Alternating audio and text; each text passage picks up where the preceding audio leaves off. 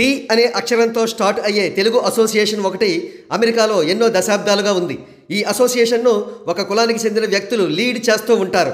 అదే కులానికి చెందిన అత్యధికులు సభ్యులుగా ఉంటారు. కాగా మెగాస్టార్ చిరంజీవి గారు గత 40 సంవత్సరాలుగా టాలీవుడ్ నంబర్ 1 హీరోగా ఉంటూ పైన పేర్కొన్న కులపు హీరోలను బ్యాక్ సీట్లోకి నెట్టివేయడంతో సదరు ఎన్ఆర్ఐ కులగజ్జి అసోసియేషన్ మెగాస్టార్పై కొన్ని దశాబ్దాలుగా అసూయతో రగిలిపోతూ ఉంది.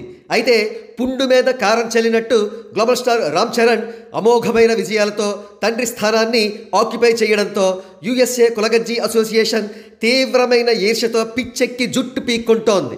ఈ నేపథ్యంలో రామ్ చరణ్ గారి రాబోయే చిత్రం గేమ్ చేంజర్ ప్రీ రిలీజ్ ఈవెంట్ను అత్యంత భారీగా వచ్చే నెల 21వ తేదీన యుఎస్ఏలోని టెక్సాస్ రాష్ట్రంలోని గార్లాండ్ సిటీలో ప్లాన్ చేయడంతో యుఎస్ఏ కులగజ్జి ఎన్ఆర్ఐలకు మనశ్శాంతి లేకుండా పోయింది. అందుకే ఏం చెయ్యాలో తెలియక అప్పటికప్పుడే ఒక పిచ్చి నిర్ణయం తీసుకున్నారు. తమ కులానికే చెందిన ఒక టైర్ 2 సీనియర్ హీరో చిత్రం ప్రీ రిలీజ్ ఈవెంట్ కూడా యుఎస్ఏలో ప్లాన్ చేశారు. పాపం అప్పటికప్పుడే ఆ నిర్ణయం తీసుకోవడం వల్ల వారు ఆ ఈవెంట్ వెన్యూ ఎక్కడ కూడా సెలెక్ట్ చేసుకోలేకపోయారు. ఇప్పుడు పరిస్థితి ఎలా దాపురించిందంటే కులగజ్జి ఎన్ఆర్ఐలు భారీ ఎత్తున చందాలు వేసుకుంటే గానీ సదరు టైర్ 2 చిత్రం ప్రీ రిలీజ్ ఈవెంట్ సక్సెస్ కాదు.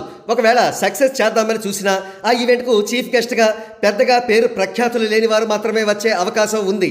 గతంలో కూడా సదరు సీనియర్ హీరో చిత్రానికి ఒక జూనియర్ హీరో చిత్రానికి కులగజ్జి ఎన్ఆర్ఐలు చందాలు వేసుకుని ఆ హీరోల చిత్రాలకు కార్పొరేట్ బుకింగ్స్ చేసుకున్నారనే ఆరోపణలు కూడా ఉన్నాయి. మరో ప్రక్క గేమ్ చేంజర్ ఈవెంట్ను అంగరంగ వైభవంగా నిర్వహించబోతున్నట్టు తెలుస్తోంది.